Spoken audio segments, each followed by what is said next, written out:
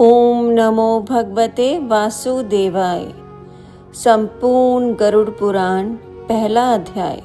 भगवान विष्णु तथा गरुड़ के संवाद में गरुड़ पुराण। पापी मनुष्यों की इस लोक तथा परलोक में होने वाली दुर्गति का वर्णन। 10 गाथ के पिंडदान से यातना देह का निर्माण। धर्म ही जिसका सुदृढ़ मूल है, वेद जिसका स्कंद तना है, पुराण रूपी शाखाओं से जो समृद्ध है, यज्ञ जिसका पुष्प है और मोक्ष जिसका फल है। ऐसे भगवान मधुसूदन रूपी पादप जैसे वृक्ष सबको आश्रय देता है, वैसे ही भगवान भी अपने चरणाविंद में आश्रय देकर सबकी रक्षा करते हैं। इसीलिए भगवान मधुसूदन को यह पदप वृक्ष की उपमा दी गई है। कल्प वृक्ष की जय हो।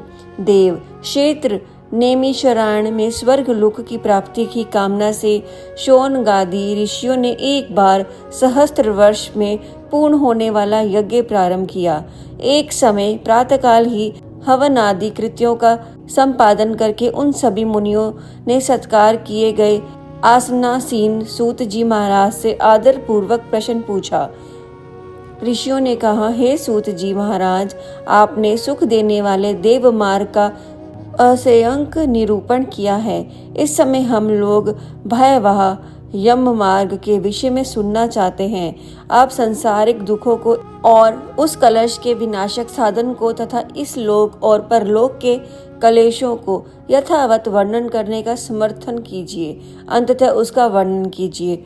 सूत जी बोले, हे मुनियों, आप लोग सुने, मैं अत्यंत दुर्गम यम मार्ग के विषय में कहता हूँ, जो पूर्ण आत्माएं जनों के लिए सुखद और पापियों के दुखद है। गरुड़ जी के पूछने पर भगवान विष्णु ने उनसे जैसे कुछ कहा, मैं उसी प्रकार आप लोगों के संदेह में निवृत्ति के लिए कहूँगा। किसी समय बैकुंठ में सुखपूर्वक विराजमान परम गुरु श्री हरि से विंता पुत्र गरुड़ जी ने विनय से झुककर पूछा। गरुड़ जी ने कहा, हे देव, आपने भक्ति मार्ग का अनेक प्रकार से मेरे समक्ष वर्णन किया है और भक्तों को प्राप्त होने वाली उत्तम गति के विषय में भी कहा है। अब हम भयंकर यम मार्ग के विषय में सुनना चाहते हैं। हमने सुना है कि आपकी भक्ति से विमुख प्राणी वही नरक में जाते हैं। भगवान का नाम सुगमता पूर्वक लिया जा सकता है। जिह्वा प्राणी के अपने वश में है तो भी लोग नरक में जाते हैं। ऐसे अधम मनुष्य को बार बार धिक्कार है। इसीलिए हे भगवान, पापियों को जो गति प्राप्त होती है तथा यम मार्ग में जैसे वे अनेक प्रकार के दुख प्राप्त करते हैं, उसे आप मुझसे कहिए। श्री भगवान बोले, हे गरुड़, सुनो, मैं उस यम मार्ग के विषय में कहता हूँ जिस मार्ग में पापी जन नरक की यात्रा करते हैं और जो सुनने वालों के लिए भी भयावह है। हे तर्ष्य, जो प्राणी सदा पाप परायण हैं, दया और धर्म से रहित है, जो दुष्ट लोगों की संगति में रहते हैं, सत्य शास्त्र और सत्संगति में विमुख हैं, जो अपने को स्वयं प्रतिष्ठित मानते हैं, अहंकारी हैं तथा धन और मान के मद में चूर हैं, असुरी शक्ति को प्राप्त हैं तथा देवी संपत्ति रहित हैं, जिनका चित्त अनेक विषयों में आसक्त होने से भ्रमित है, जो मोह के जाल में फंसे हैं और कामनाओं के भोग में ही लगे हैं। ऐसे व्यक्ति अपवित्र नरक में गिरते हैं। जो लोग ज्ञानशील हैं, वे परम गति को प्राप्त होते हैं। पापी मनुष्य दुख पूर्वक यम यातना प्राप्त करते हैं। पापियों को इस लोक में जैसे दुख की प्राप्ति होती है और मृत्यु के पश्चात वह जैसे यम यातना को प्राप्त होते हैं, उसे सुनिए। यथोपार्जित पुण्य और पाप के फलों को पूर्व में भोगकर क्रम के संबंध में उसे कोई शारीरिक रोग हो जाता है, आदि मानसिक रोग और व्याधि शारीरिक रोग ये से युक्त तथा जीवन धारण करने की आशा से उत्कृष्टित उस व्यक्ति की जानकारी के बिना ही सर्प की भांति बलवान काल उसके समीप आ पहुंचता है। उस मृत्यु की संप्राप्ति की स्थिति में भी उसे वैराग्य नहीं होता। उसने जितना भरण पोषण किया था, उन्हीं के द्वारा उसका भरण पोषण होता है। वृद्धावस्था के कारण विकृत रूप वाला और उन्मरणाभिमुख वह व्यक्ति घर में अवमानना पूर्वक दी हुई वस्तुओं को कुत्तों की भांति खाता हुआ जीवन व्यतीत करता है। वह रोगी हो जाता है, उसे मंद गति हो जाती है और उसका आहार तथा उसकी सभी चेष्टाएं कम हो जाती है। प्राणवायु के बाहर निकलते समय आंखें उलट जाती हैं, नाड़ियां कफ से रुक जाती हैं और उसे खांसी और श्वास लेने में प्रयत्न करना पड़ता है तथा कंठ से घुर घुर से शब्द निकलते हैं। चिंता मग्न स्वजनों से घिरा हुआ तथा सोया हुआ वह व्यक्ति कालपाश के विषभूत होने के कारण बुलाने पर भी नहीं बोलता। इस प्रकार कुटुंब के भरण पोषण में ही निरंतर लगा रहने वाला अजितेंद्रिय व्यक्ति अंत में रोने बिलखते बंधु बांधुओं के बीच उत्कट वेदना से संज्ञा शून्य होकर मर जाता है। हे गरुड़, उस अंतिम क्षण में प्राणी को व्यापक दिव्य दृष्टि प्राप्त होती है, जिससे वह लोक परलोक को एकत्र देखने लगता है। अंततः चकित होकर वह कुछ भी नहीं कहना चाहता। यमदूतों के समीप आने पर भी सभी इंद्रियां विकल हो जाती हैं, चेतना जड़ी भूत हो जाती है और प्राण चाल्यमान हो जाते हैं। अतुर काल में प्राणवायु के अपने स्थान से चल देने पर एक ही क्षण भी एक कल्प के समान प्रतीत होता है और 100 बिच्छुओं के डंक मारने जैसी पीड़ा होती है। वैसी पीड़ा का उस समय उसे अनुभव होने लगता है। वह मरणासन व्यक्ति फैन उगलने लगता है और उसका मुंह लार से भर जाता है। पापी जनों की प्राणवायु उदोद्वार गुर्दा मार्ग से निकलने लगते हैं।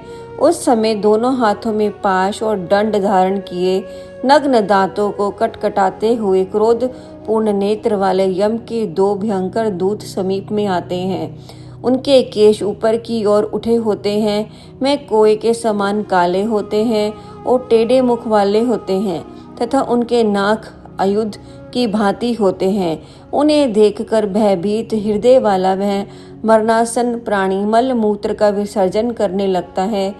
अपने 5 भौतिक शरीर से हाय हाय करते हुए निकलता हुआ तथा यमदूतों के द्वारा पकड़ा हुआ वह अंगुष्ठामान प्रमाण का पुरुष अपने घर को देखता हुआ यमदूतों के द्वारा यातना देश ढक करके गले में बलपूर्वक पाशों से बांधकर सुदूर यम मार्ग यातना के लिए उसी प्रकार ले जाया जाता है जिस प्रकार राजपुरुष दंडनीय अपराधी को ले जाते हैं। इस प्रकार ले जाते हुए उस जीव को यम के दूत गर्जना करके डराते हैं और नरकों में तीव्र भय का पुनः पुनः वर्णन करते हैं, सुनाते हैं। यमदूत कहते, हे दुष्ट, शीघ्र चल, तुम यमलोक जाओगे। आज तुम्हें हम सब कुंभी पाक आदि नरकों में शीघ्र ही ले जाएंगे। इस प्रकार यमदूतों की वाणी तथा बंधु बांधुओं का रुदन सुनता हुआ वह जीव जोर से हाहाकार करके विलाप करता है और यमदूतों के द्वारा प्रताड़ित किया जाता है। यमदूतों की तर्जनाओं से उसका हृदय विदीर्ण हो जाता है, मैं कांपने लगता है। रास्ते में कुत्ते काटते हैं और अपने पापों का स्मरण करता हुआ वह पीड़ित जीव यम मार्ग में चलता है। भूख और प्यास से पीड़ित होकर सूर्य, दावाग्नि एवं वायु के झोंकों से संतृप्त होते हुए और यमदूतों के द्वारा पीठ पर कोड़े से पीटे जाते हुए उस जीव को तपी बालुका से पूर्ण तथा विश्राम रहित और जल रहित मार्ग पर असमर्थ होते हुए भी बड़ी कठिनाइयों से चलना पड़ता है। थककर जगह जगह गिरता और मूर्छित होता हुआ वह पुनः उठकर पापी जनों की भांति अंधकार पूर्ण यमलोक में ले जाया जाता है। 2 अथवा 3 मुहूर्त में वह मनुष्य वहां पहुंच जाता है और यमदूत उसे घोर नरक यातनाओं को दिखाते हैं।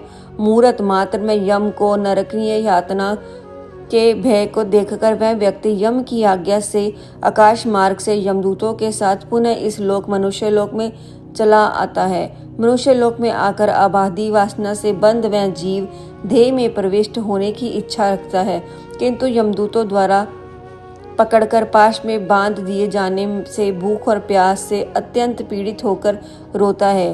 हे ताश्य, यह पातकी प्राणी पुत्रों से दिए हुए पिंड तथा आतुर काल में दिए हुए दान को प्राप्त करता है तो उस नास्तिक को तृप्ति नहीं होती। पुत्र आदि के द्वारा पापियों के उद्देश्य के लिए श्राद्ध, दान और जलांजलि उनके पास ठहरती नहीं। अंत पिंड दान का भोग करने पर भी क्षुधा से व्याकुल होकर यम मार्ग में जाते हैं। जिनका पिंडदान नहीं होता वे प्रेत रूप में होकर कल्प पर्यटन निर्जल वन में दुखी होकर भ्रमण करते रहते हैं। सैकड़ों करोड़ों कल्प बीत जाने पर भी बिना भोग किए कर्म फल का नाश नहीं होता, और जब तक वह पापी जीव यातनाओं का भोग नहीं कर लेता तब तक उसे मनुष्य शरीर भी प्राप्त नहीं होता। हे पक्षी, इसलिए पुत्र को चाहिए कि वह 10 दिनों तक प्रतिदिन पिंडदान करे। हे पक्षी श्रेष्ठ, वह पिंड प्रतिदिन 4 भागों में विभाजित होते हैं। उसमें 2 भाग तो प्रेत के देह के पंचभूत की पुष्टि के लिए होते हैं, तीसरा भाग यमदूतों को प्राप्त होता है और चौथे भाग से उसे जीव को आहार प्राप्त होता है। 9 रात दिनों में पिंडदान को प्राप्त करके प्रेत का शरीर बन जाता है और 10वें दिन उसे बल की प्राप्ति होती है। हे खग, मृतक व्यक्ति के देह के जल जाने पर पिंड के द्वारा पुनः 1 हाथ लंबा शरीर प्राप्त होता है, जिसके द्वारा वह प्राणी यमलोक के रास्ते में शुभ और अशुभ कर्मों के फल को भोगता है। पहले दिन जो पिंडदान किया जाता है उससे उसका सिर बनता है, दूसरे दिन पिंडदान से ग्रीवा, गर्दन और कंधे तथा तीसरी पिंडदान से हृदय बनता है। चौथे पिंडदान से पृष्ठ भाग, पीठ, 5वें से नाभि, 6ठे तथा 7वें पिंड से क्रमश कटी, कमर और गुरुहांग उत्पन्न होते हैं। 8वें पिंड से उरु, जांघें और 9वें पिंड से जनु, घुटने तथा पैर बनते हैं। इस प्रकार 9 पिंडदान से देह को प्राप्त करके 10वें पिंड से उसकी क्षुधा और तृष्णा, भूख प्यास ये दोनों जागृत होती हैं। जिस पिंडदान से शरीर को प्राप्त करके भूख और प्यास से पीड़ित जीव 11वें तथा 12वें 2 दिन भोजन करता है। 13वें दिन यमदूतों के द्वारा बंदर की तरह बंधा हुआ वह प्राणी अकेला उस यम मार्ग में जाता है।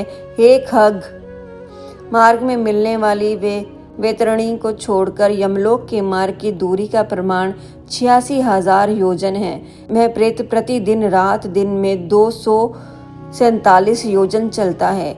मार्ग में आए हुए इन 16 पुरों नगरों को पार करके वह पातकी व्यक्ति धर्मराज के भवन में जाता है। सौम्यपुर, सौरिपुर, नागेंद्र भवन, गोवर्धनपुर, शेलागम, कोचपुर, कुरपुर, विचित्र भवन, ब्रह्मापदपुर, दुखदपुर, नानाकृतपुर, सुतप्त भवन, रौद्रपुर, प्रयोगवर्षणपुर, शीतांशपुर तथा बहुभीतिपुर को पार करके इनके आगे यमपुरी में धर्मराज का भवन स्थित है। यमराज के दूतों के पाशों से बंधा हुआ पापी जीव रास्ते भर अहंकार करता रोता अपने घर को छोड़कर यमपुरी को जाता। इस प्रकार गरुड़ पुराण के अंतर्गत 16 द्वार में पापियों के इस लोक तथा परलोक के दुख का निरूपण नामक पहला अध्याय पूर्ण हुआ। ओम नमो भगवते वासुदेवाय।